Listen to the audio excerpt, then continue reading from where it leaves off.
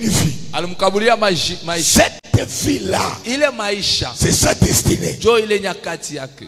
Amen. Et dans la destinée, Na ndani ya nyakati, c'est là où est attachée la bénédiction. jo mule munakuya baraka. Maintenant, tu ne peux pas vivre ça Sasa wezi kuishi ile si kama tu n'arrives pas à vaincre ufike mkuina les ennemis maadui et le persécuteur. na watesi. Parce que ces deux-là Jo wale wawili sont là beko pale pour t'empêcher à vivre ça. jo kuzuisha uishi ile.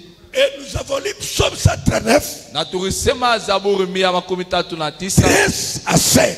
kwanza 15 mpaka 16. David dit, Daudi anasema, Seigneur, Bwana, avant que je ne sois né, kabla nizarike toi tu me connaissais. wewe ulinijua.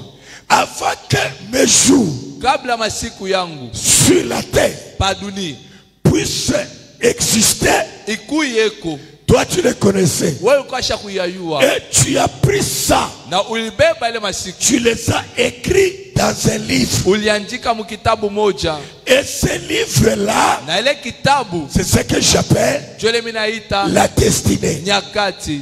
Donc chaque personne, Nusa kila mutu sa vie maisha yake est dans un livre. iko mkitabu moja. Et ce livre-là Na ile kitabu n'a pas deux pages, aina na mapepa mbili n'a hapana. pas une page, Aina na pepa moja. a plusieurs pages. Inakuwa na mapepa mingi. Et si tu nais, Na kama ukupali, si tu nais, kama unazarika, c'est l'ouverture des pages. inafunguka kwa Commence à vivre mapepa. Unakuwa naishi les choses vitu que le Seigneur a prévues pour ile toi. Bwana alikupangia, Et ça, na ile c'est la destinée. inakuwa nyakati. Maintenant, j'ai commencé à expliquer Sasa Yakobo anaanza kufasiria le 5 grands combats mavita kubwa 5 de la destinée ya nyakati qu'il faut livrer ili inabidi pour kufika vivre sa destinée. juu ya kuishi nyakati yake. Ya kwanza C'est ce que j'ai appelé nile ni rita le combat de la fatalisme. vita ya mtu anaangalia anasema hii mambo niko nayo haiwezi kuishi, hapana. Je reprends.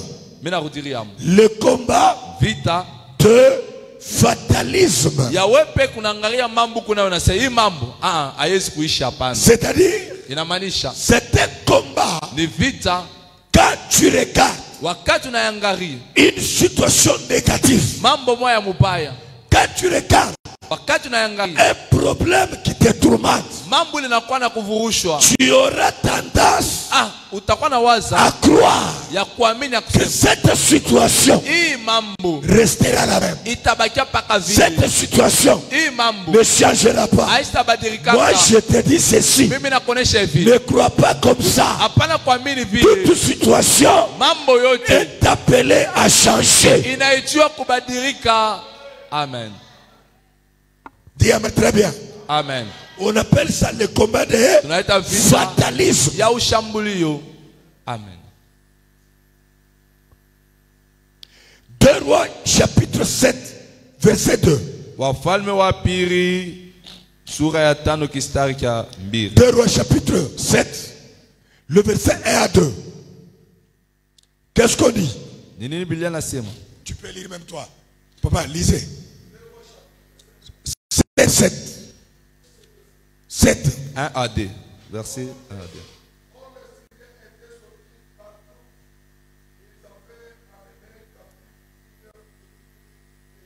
Deux rois 7. chapitre 7. 2 rois 7. Tu dois aider. Tu dois parler à haute voix. Toi. 2 rois chapitre 7 verset 1 à 2. Il est écrit, Élisée dit, ouais, écoutez la parole de l'Éternel. Ouais. Ainsi parle l'Éternel. Ouais. Demain à 7 heures, ouais, on aura une mesure de fleur de farine pour 1 cycle. Ouais. Et 2 mesures d'orge pour 1 cycle. Ouais. À la porte de Samarie. Ok. L'officier sur la main duquel s'appuyait le roi répondit Ouais. à l'homme de Dieu. Quand l'Éternel ferait des fenêtres au ciel, ouais, pareille chose arrivera-t-elle? Ouais. Et dit, tu verras des yeux, mais tu n'en mangeras point. Écoutez ici. À cette époque, il y avait la famine. Et cette famille-là, na ile njala Élisée prophétise. Elisha anatabiri, Il dit demain à 7 heures, anasema kesho muisa moya moya on va payer les choses à moins cher. tutauza bitu bei chini. Mais il y avait un officier Sa kulikuwa askari moya qui avait une destinée. ule alikuwa kana nyakati. Cet officier répond Ule askari anajibi que même quand Dieu ouvre le ciel, asata wakati Mungu atafungula mbingu pareille chose kitu cha hivi ne peut pas arriver. akeza kufika. Et Élisée lui dit, Na Elisha anamuonesha demain, kesho tu le verras, utaiona. mais tu ne mangeras pas. Qu'est-ce qui a bloqué cet officier Ni nini rizuia askari de vivre ces miracles, ya kuishi ile muchiza de vivre ces destinées? ya kuishi nyakati yake? C'est le combat de fatalisme. Ni vita ya ushambulio mubaya. Parce qu'il a cru que Jo aliamini ya kwamba cette histoire hii mambo n'arrivera pas. haitafika. Alors qu'avec Dieu, Sasa pamoja na Mungu tout est possible. yote inawezekana. Avec Dieu, Na Mungu ce qui est compliqué yote inakuwa mvuvu, peut changer. inaweza badilika. Amen. C'est comme ça que je te dis. Jo vile inakuonesha Pour ta destinée, juu ya nyakati yako. même si aujourd'hui Hata leo tu n'as pas d'enfant, hauna na batoto tu n'es pas marié, au yaolewa tu ne travailles pas, au tumikaki, tu n'es pas guéri, hauna na matu, je t'interdis mimi nakukataza de croire ya kuamini ya kusema que tu resteras toujours comme ça. asema utabakia mpaka vile. Non, Hapana, ça changera. itabadilika. Amen. Ça va changer. Itabadilika. C'est pour cette raison. Jo kwa ile sheria 1 Chronique, ukumbusho wa kwanza verset chapitre 4, sura ya 4 verset 9 à 10. kistari cha 9 mpaka 10. Lisez. Papa, on peut y aller.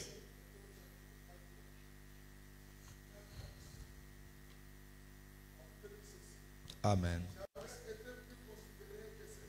Jabez alikuwa na mafaa wala alikuwa namkaburia bei kuliko ndugu yake, na mamake akampatia jina Jabez mkusema ni njuu nilimuzala na maumivu. Sheria 10, Jabez akaita Mungu wa Israeli en disant, mkusema si tu me bénis et que tu étendes mes limites, kama unanibariki na unarifusha mipaka yangu, et si ta main est avec moi, na kama pamoja na mie, et si tu me préserves du malheur, na kama unanyepusha kuole en souffrance, tishikuye mu mateso. et Dieu accorda ce qu'il avait demandé. Na Mungu akamkaburia ile alilomba. Écoutez, Sikeni, on enfante un homme qu'on appelle Jabez. banaezala mtoto mwa banaita Jabez. Sa mère dit même, cet enfant je l'ai eu enfanté avec douleur. Mamaka anasema mtoto nilimuzala na maumivu. Et la destinée de Jabez Na nyakati ya Jabez a un problème de inakuwa na souffrance. mambo ya mateso, Mais lakini l'enfant naît, mtoto anazarika, l'enfant grandit, mtoto anakomea. la Bible déclare, Biblia inatangaza l'enfant ayant compris que mtoto mkuelewa kwamba ma vie souffre, maisha yangu nakuwa ya mateso, j'ai le malheur, mimi nakuwa na ole, je suis limité, mimi nakuwa na mipaka, les choses ne sont pas bien. vitu havina buzuri. La Bible dit, Biblia inasema Jabez Jabez invoqua l'Éternel. akaita wa milele. Écoutez sa prière. Sikia maombi yake.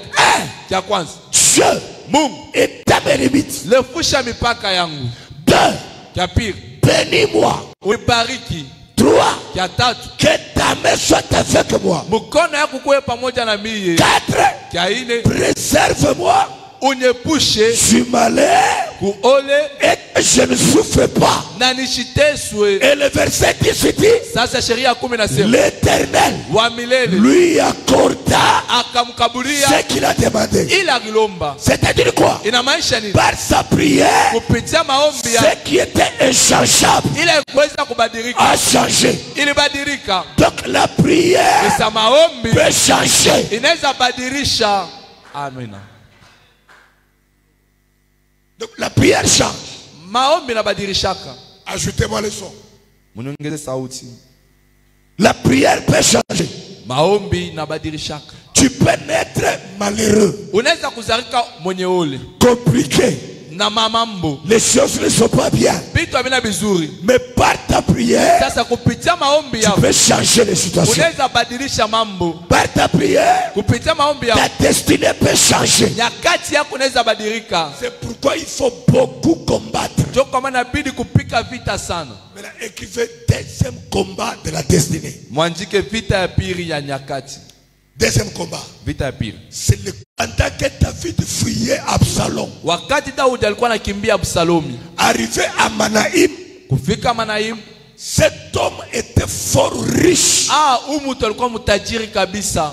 Dans la souffrance de David, Mu mateso ya Daudi, Barzillai Barzilai entretenait David alikuwa anamsaidia Daudi avec l'argent, na makuta avec la nourriture, na chakula avec les biens. na mabitu vizuri. Après des années, Kisha miaka David rentre à Jérusalem. Daudi anarudia Yerusalemu, C'est-à-dire, inamaanisha il va récupérer la royauté. anenda kukombola ufalme. Parce que le Seigneur l'a remis ce qu'il a perdu. Juu Bwana alimrudisha ili alipoteshaka. Maintenant, quand David rentre, Sa wakati Daudi anarudi, il appelle Barzillai. anaita Barzilai. Il dit, Barzillai, Anasema Barzilai, pendant que je souffrais, wakati nilikuwa nateseka, tu m'as beaucoup aidé. ulisaidia sana. Tu m'as beaucoup soutenu. Unisaidia sana. Tu étais pour moi un secours. Ulikuwa juu yangu msaada. Viens avec moi à Jérusalem. Kuya pamoja na mimi kwa Je Yerusalemu. vais te nourrir. Je Mitakujulisha. vais te faire du bien. Nitakufanyisha buzuri. Barzillai répond.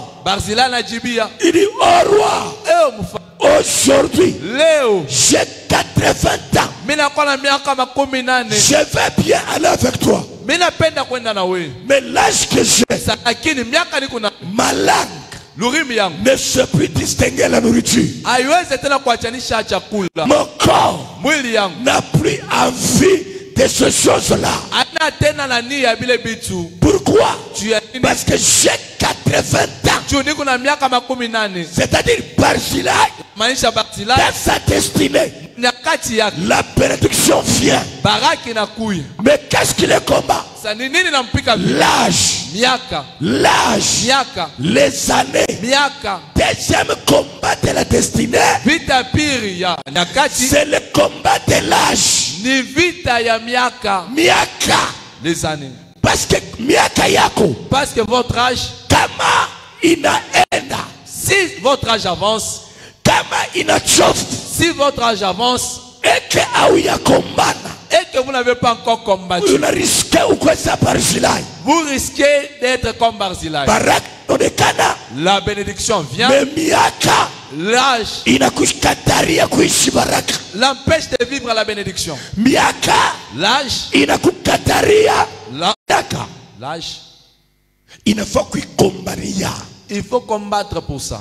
Kama uikombanie, Si vous ne livrez pas bataille pour kuna ça, destinée ya Dieu. même si vous avez une forte destinée, Autonéam. vous ne verrez rien. Mais la pose question.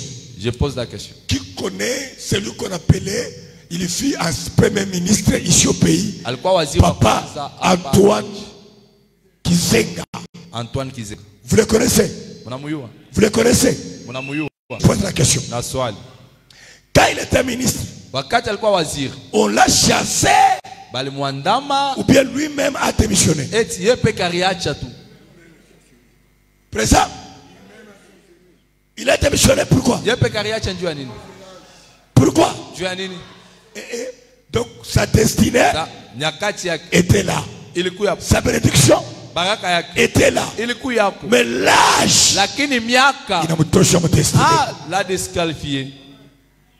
Est-ce que quelqu'un comprend ça? Mtu anaelewa. C'est pour cette raison, ma soeur, C'est pour cela dada c'est maintenant ni leo qu'il faut combattre inabidi kupika pour vita tes années. juu ya miaka yako. N'attends pas Hapana que kuchelewa. les années passent, Miaka ipite, tu vas échouer. utashinda. C'est maintenant. Ni leo hapa Cherche ta sasa. délivrance. Tafuta fungulivu. Amen. Le combat des années. Vita ya miaka. John Onaka, kama na bamba mtu, C'est là que vous allez voir quand on arrête une personne. utaremarquer que muna bamba mtu combat. Vous allez remarquer que Hein? la première des choses, Toi ne kalaka na pupishi ça. la personne a beaucoup de a du mal à accepter. Ingia maombi. Anabishi. Interprète. Ingia maombi. Prions. Anabishi. La personne n'accepte pas. Gêne. Anabishi. Elle n'arrive toujours pas à accepter. Dawa. Un offrir. Anabishi. La personne n'accepte pas. Allons à la montagne. Anabishi. La personne n'accepte pas. La personne sera distraite. Par la télévision. Toujours à la télé.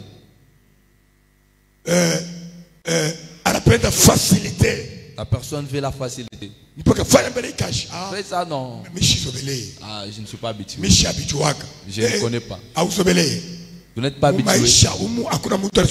Dans la vie, il n'y a personne qui s'est habitué à quelque chose.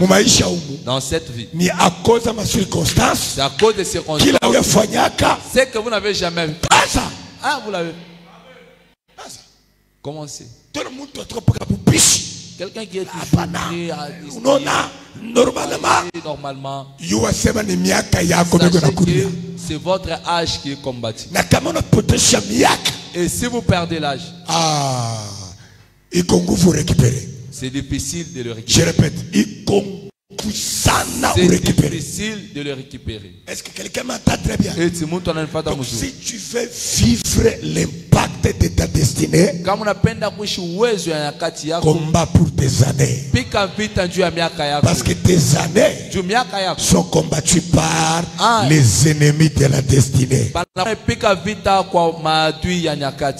Regarde par exemple Luc chapitre 2.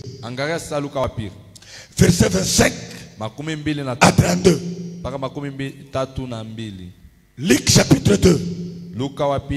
Verset à 32. Aide-moi à haute voix pour qu'il comprenne. Moi, ma voix est cassée. Donc ne parle pas comme moi. Tu peux lire, papa. Luc chapitre 2. Ouais. Verset. Toi, le Seigneur ne te bénira pas à la vieillesse. Il va te bénir maintenant pour que toi tu puisses jouir de la bénédiction. Amen. C'est ma main à kubariki hapa sasa. Si ta main en fait qu'il vous bénisse maintenant. Et je refuse. Utokeleza Simeon. Que vous soyez comme Simeon. Unapata baraka. Vous trouvez la bénédiction. Et puis vous mourrez. Non. C'est que Jésus va vous donner. Qu'il vous donne la vie. Que vous puissiez le voir. Que vous puissiez l'utiliser. Avec le combat Vita des années. Ce combat vient d'où? Il invite na tokia wapi? De la destinée. Kunyakati. Voilà pourquoi il faut combattre. D'ailleurs, l'écriture dit, rachetons le temps. Car les jours sont mauvais. Donc racheter le temps, ça fait partie de ce combat des années. Troisième combat, à côté de la destinée. À côté de la destinée. Ézéchiel. Chapitre 5. Verset 44. Que dit la parole? Ézéchiel chapitre 16 verset 44. La Bible dit ceci. Amen. Voici tous ceux qui disent des proverbes. T'appliqueront ces proverbes telle mère, telle fille. Reprends.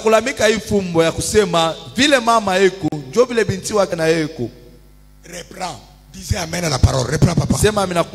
Voici tous ceux qui disent des proverbes. T'appliqueront ces proverbes.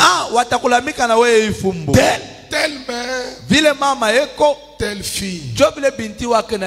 Amen. Maintenant, regardez ici. Quand nous parlons de la destinée, même si vous êtes 20 dans une famille, chacun a sa destinée, ou bien toutes les 20 personnes ont la même destinée.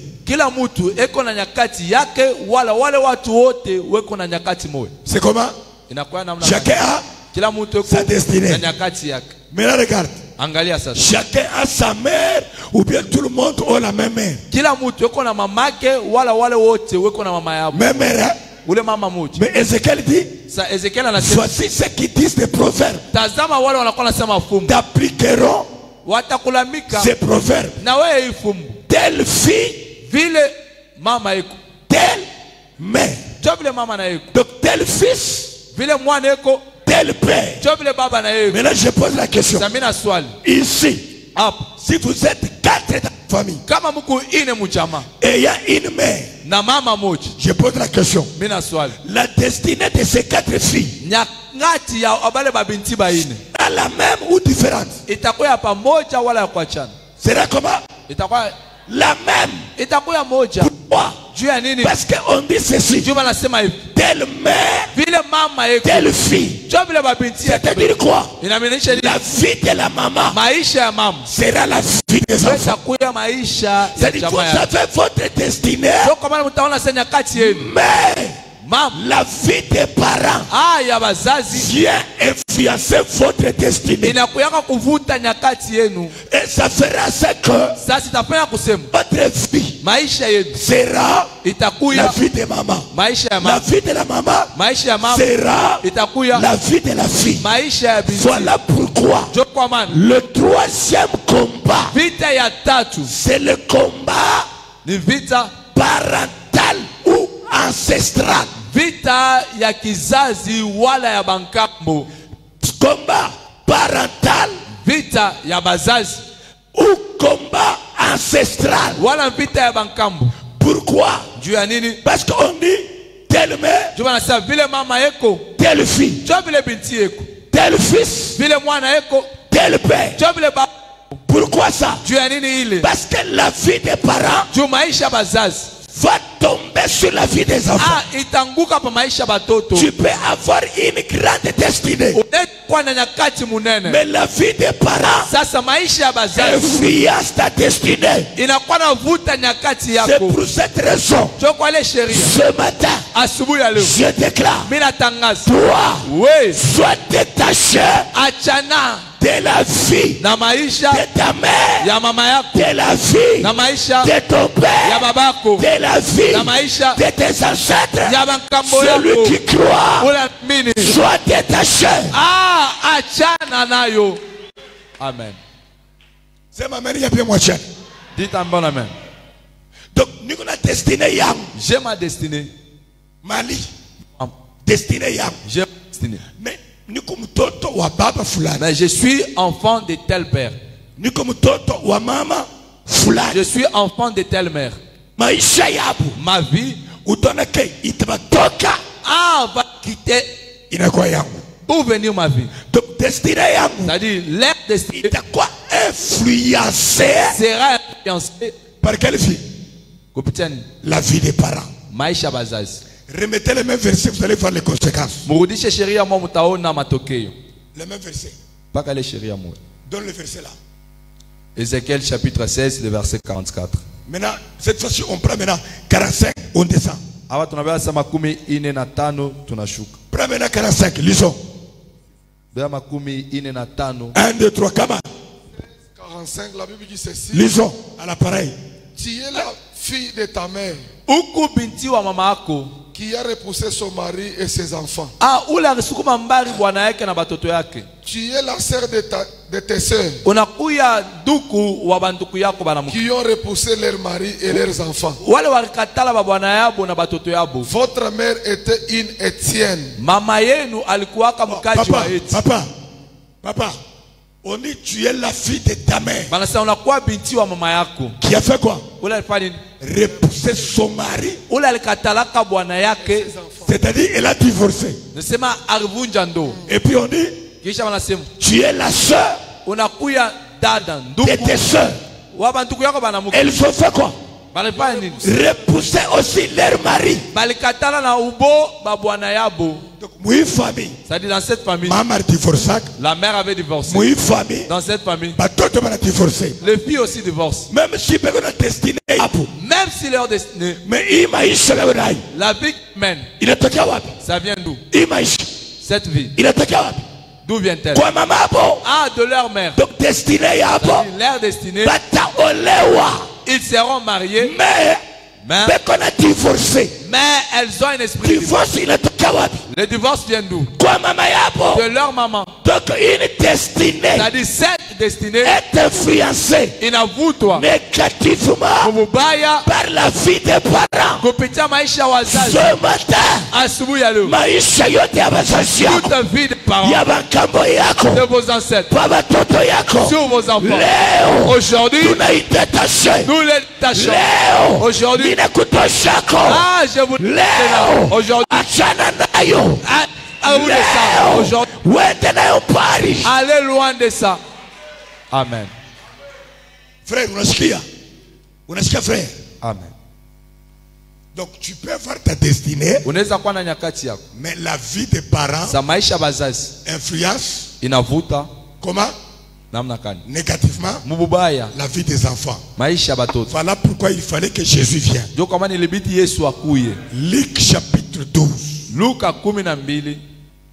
Tu vas dire amen si tu lis cette écriture. Utasema mina kama unasoma hii andiko. Prends-moi le verset 51 jusqu'à 53. Munibebe sheria kusoma ya 54 mpaka 53. Prends-moi ça papa. Luc chapitre 12 verset 51 à 53. Église, lisez aussi. Tu vas dire amen si tu comprends cette écriture. Lis papa. La Bible dit ceci. Pensez-vous que je sois venu apporter la paix sur la terre? Eti munawaza kusema mina kwa kuleta salama pa dunia? Non. Papa, Azam 50 pour la compréhension. Commencez à partir du verset 50 pour la compréhension. Il est un baptême dont je dois être baptisé. Kuna kuya baptizo moya ili inabidi nibatizwe. Et combien il me tarde qu'il soit accompli. Ouais. Sasa mara ngapi inanichelewa njoo itimilike? Pensez-vous que je sois venu apporter la paix sur la terre? Eti munawazia sasa mimi nakuwa kuleta salama pa dunia? Non, vous dis-je. Hapana, mimi nameonesha. Ah, qui parle? Jésus. Jésus. Et puis il dit, Munawazia sema mimi kwa kuleta salama pa bulongo. Hapana. Mais la division. Lakini achanisho. Car désormais. Juu japo kwanzia hapa sasa. Je suis venu amener la division. Car désormais, kwanzia leo 5 dans une maison seront divisées. 5 munyumba moya watagawanyana. 3 contre 2. Watatu mbele ya wawili. Et 2 contre 3. Na wawili mbele ya watatu. Continue. Le père contre le fils. Baba mbele ya mwana. Et le fils contre le père. Na mwana mbele ya baba. La mère contre la fille. Mama mbele ya binti. Et la fille contre la mère. Na binti mbele ya mama. La belle-mère contre la belle-fille. Muko mbele ya mko wake ya mama. Et la belle-fille contre la belle-mère. Na muko mtoto mbele ya mko wake. Est-ce que tu as compris ça?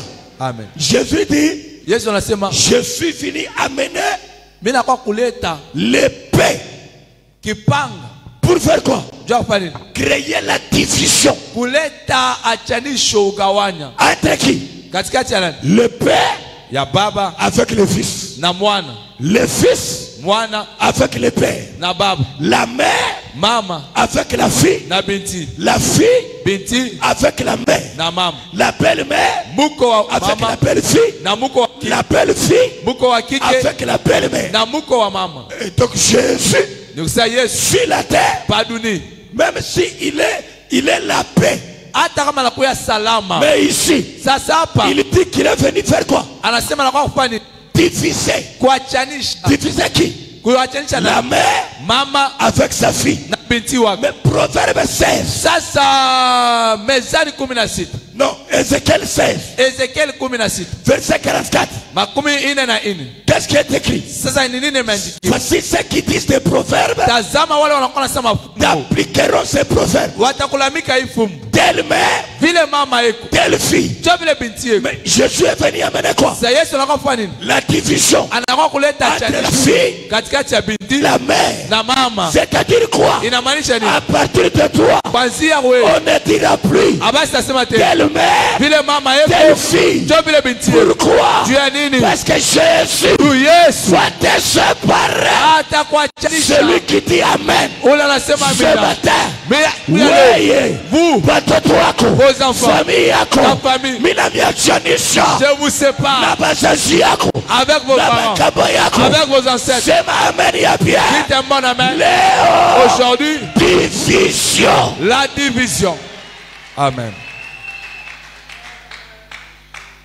Est-ce que quelqu'un comprend le message?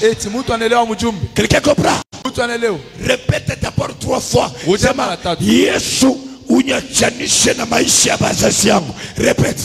Yesu unyachanishe na maisha ya bazazi yangu. Yesu unyachanishe na maisha ya bazazi yangu. Yesu unyachanishe na maisha ya bazazi yangu. Jésus Christ. Amen. Vous voyez?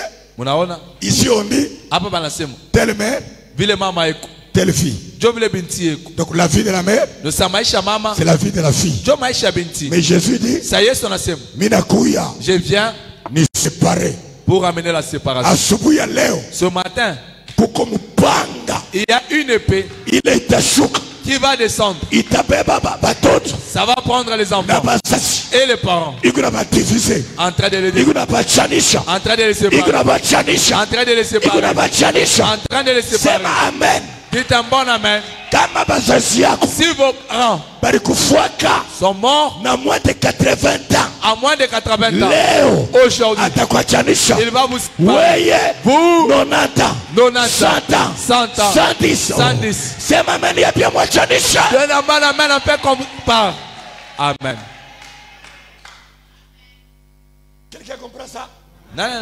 Est-ce que quelqu'un comprend ça? C'est une malédiction de reproduire la vie de ses parents. Les enfants doivent créer la différence. Les enfants doivent faire ce que les parents n'ont pas fait. Les enfants doivent arriver là où les parents n'ont jamais été. Ce matin, dans le combat de la destinée, vous serez séparés de cette vie-là. Amen. Vous n'avez jamais vu le parent qui ne connaît pas lire, mais il enfante un enfant qui sait lire. Vous n'avez jamais vu. Ça peut être possible. Léo, il est proverbe où il change. Ça peut être possible que vous changez ce proverbe aujourd'hui. Est-ce que vous avez dit que tu peux changer ça? Et si vous croyez, c'est on est à Ubadirisha. Tu peux changer ça? On est à Ubadirisha. Dites très bien. Amen. Papa. Jésus a porté une épée. Mais montons un tout petit peu. Parce que Luc 12 dit quoi? 5 dans une maison seront comment? Divisés. 3 contre 2. 2 contre 3. Mais la Bible doit s'expliquer, non? Quelle est la maison où il y avait 5 personnes et ils se sont séparés? 3 contre 2. 2 contre 3.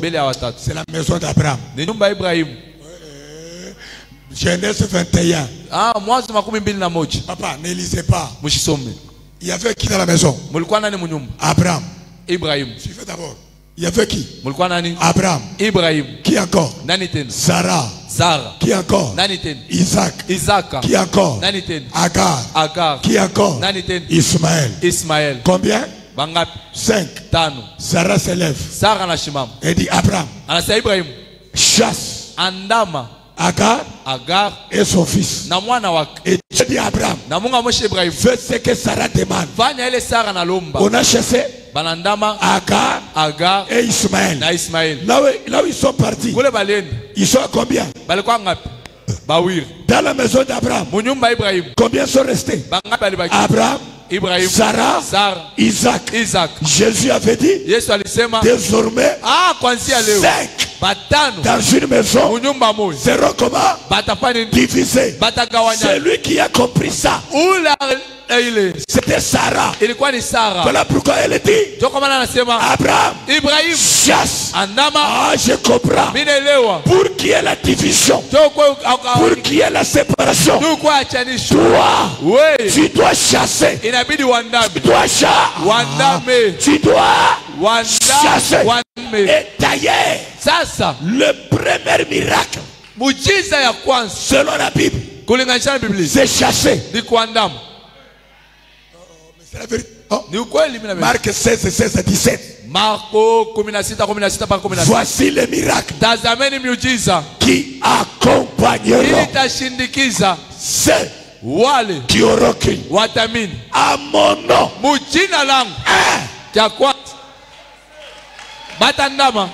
À mon nom. C'est pourquoi ce matin, dans vos enfants, dans votre mariage, dans votre prière, je chasse tout ennemi. Amen. Donnez un bon amen afin qu'il puisse partir. Si vous ne chassez pas votre destinée pour la vivre, ça sera compliqué. Aujourd'hui, nous allons combattre ici. Jésus vient séparer.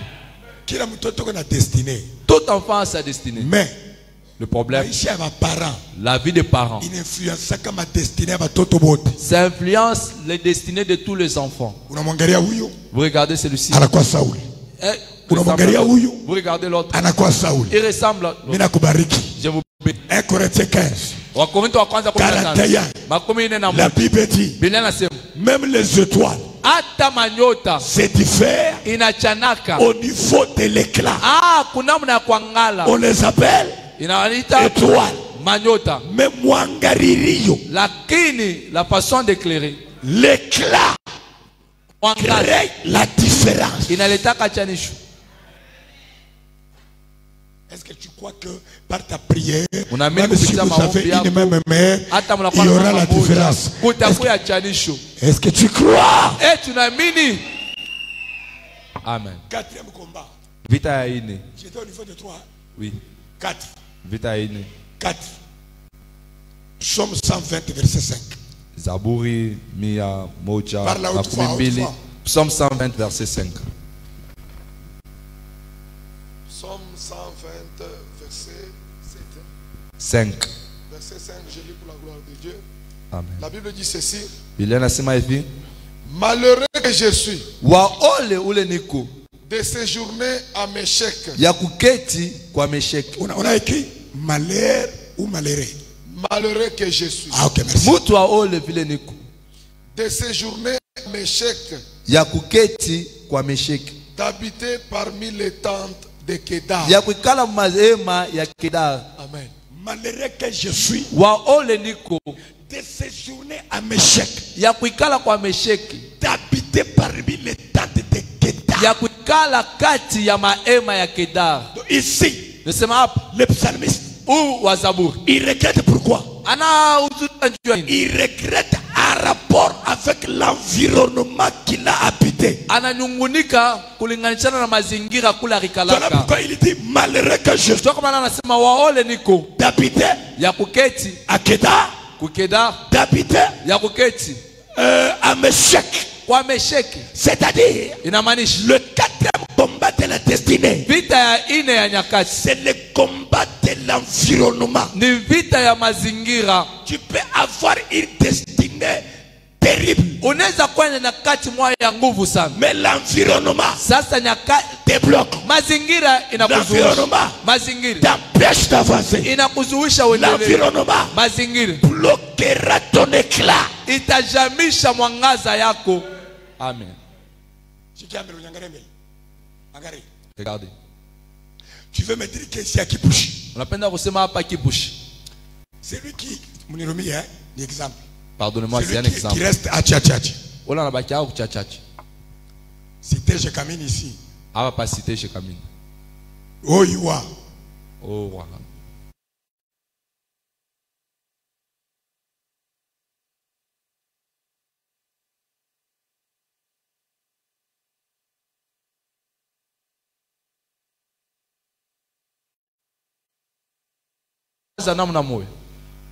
Présent?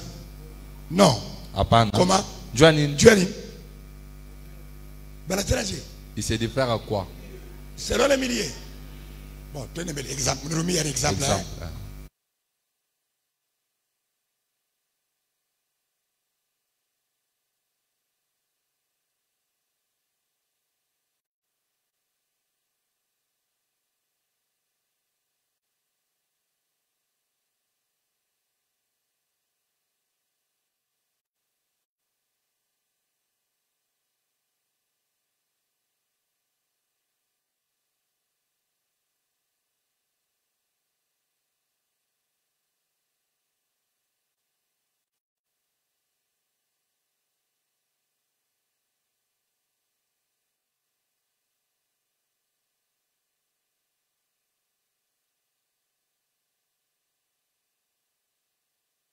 Pas dit qu'il n'a pas l'argent.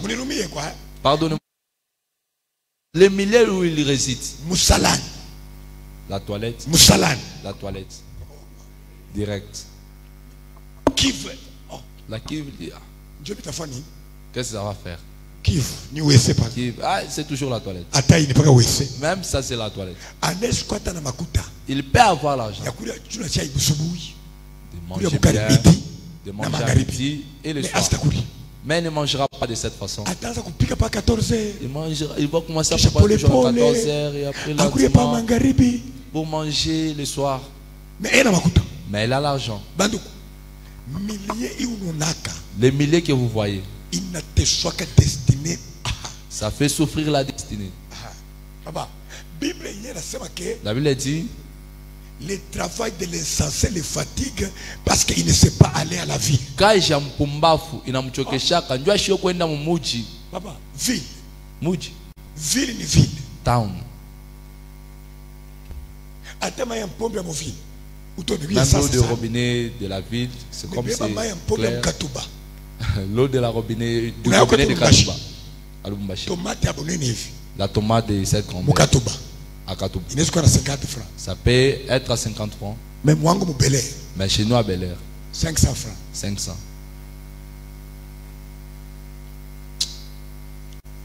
Coca. Le coca. Le coca que nous payons. Coca. Il y a 1000 francs. 2000. Comme on est au Caravia. Si vous partez à Caravia. Il est coca. C'est coca là. Chiki, moi tante Chiki. Moi c'est quoi 5 dollars. Il s'est coupé, papa. C'est comme à 10. Pas que les coca, moi, ou qui toque à 2000. C'est même coca. Ou qui est au Caravia. 10 dollars. 10 dollars. A changé rang. Ça ne change pas de couleur. Ça ne change pas de nom. Ça ne change pas de bouteille. Mais milliers. Le problème c'est l'environnement. Qui a donné la valeur à la personne. Destinée. La destinée. Yamukatuba. De la Katuba. Ah, ça diffère de celui de Bel Air.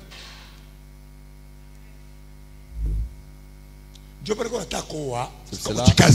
Même quand vous voulez marier, de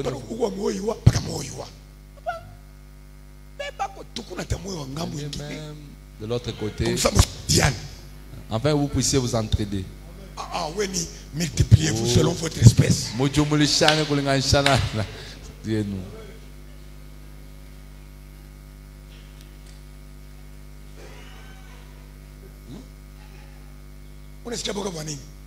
Vous avez peur de marier même dans ce quartier. Vous avez peur de français. Non, donnez-vous. Parce que destinée, la destinée dans l'environnement où vous êtes. C'est comme au Bel Air Mazout chez nous là, il y a une église. On ne marie pas les filles. Les garçons. Ils restent toujours à la maison de leurs parents. Il est gros. Elle a déjà mis au monde. Elle est toujours chez elle. Si papa mourait, il va hériter. Ses enfants aussi. C'est dans notre église que nous amenons le mariage. Il y a des très jolies dames.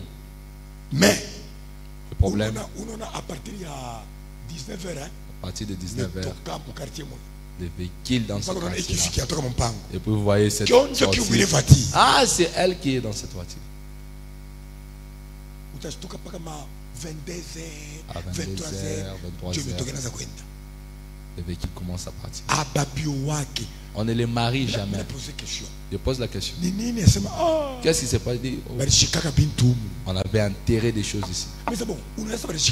Vous savez qu'on a enterré des choses. Ah, combattez. Parce qu'il m'a formé. Parce que. Amen. Papa, bien ça va finir. Papa, ça va terminer. Vous serez comme moi. Ah, papa. Là où ça passe, je ne sais pas. Mais ça va profiter comme ça. Si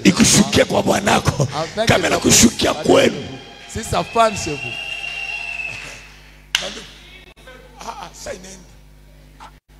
Environnement. L'environnement. L'environnement. Regardez jusqu'aujourd'hui. Vous êtes capable de manger dans de bonnes assiettes. Vous n'êtes pas comme ça. Jusqu'aujourd'hui. Ah, dans la tête, l'environnement. Mike mikona kunawa angala lusani paka yetu zamani uyananawa bisha kuisha uzana wewe kimbekeci kwa tobola aussi. Est-ce qu'il est na wewe makuta? Est-ce ça aussi c'est l'argent? Parce que façon pour réfléchir.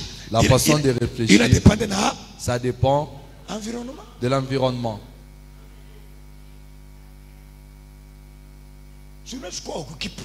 Vous pouvez être de qui push.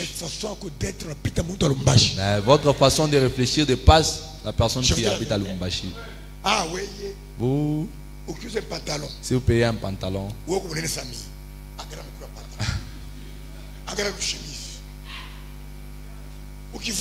si vous portez, vous ne pouvez même pas concorder. L'environnement. Ah, ça ne fait rien. Il y a un problème. Comment on fait un pantalon ça vous payer un pantalon comme un sac de moulin? Arrêtez avec ça. Vous pouvez avoir une mais environnement. Le problème, l'environnement vous bloque. Amen.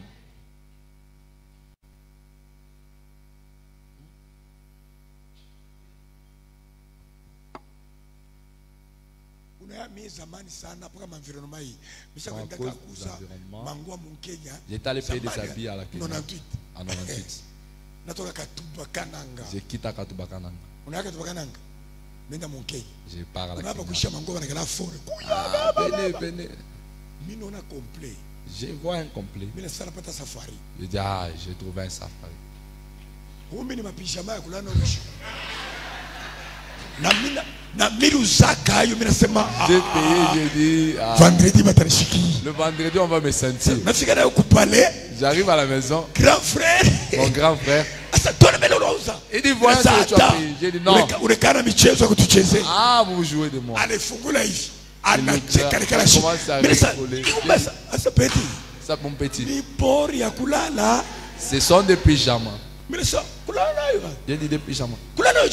Comment? Est-ce que ces vêtements dormir avec. Quand j'ai quitté la Katuba, je suis pas dans un autre. J'ai compris qu'il y a des pyjamas. Moi que vous voyez. Mon père, ma mère. Mon père, je ne l'ai jamais vu. Jusqu'à maintenant. Ah, je dois je ne l'ai jamais vu. Jusqu'à ce qu'on l'a enterré, je ne l'ai jamais vu avec un pyjama. Est-ce qu'il veut mentir?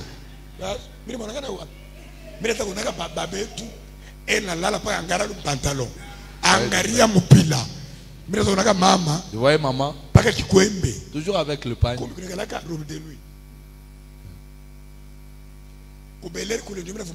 C'est au Bel Air que j'ai compris de robe de nuit, de pyjama. Le problème de l'environnement. Mais si vous avez une débilité, ça va vous influencer. Prions. Prions. Est-ce que tu peux entrer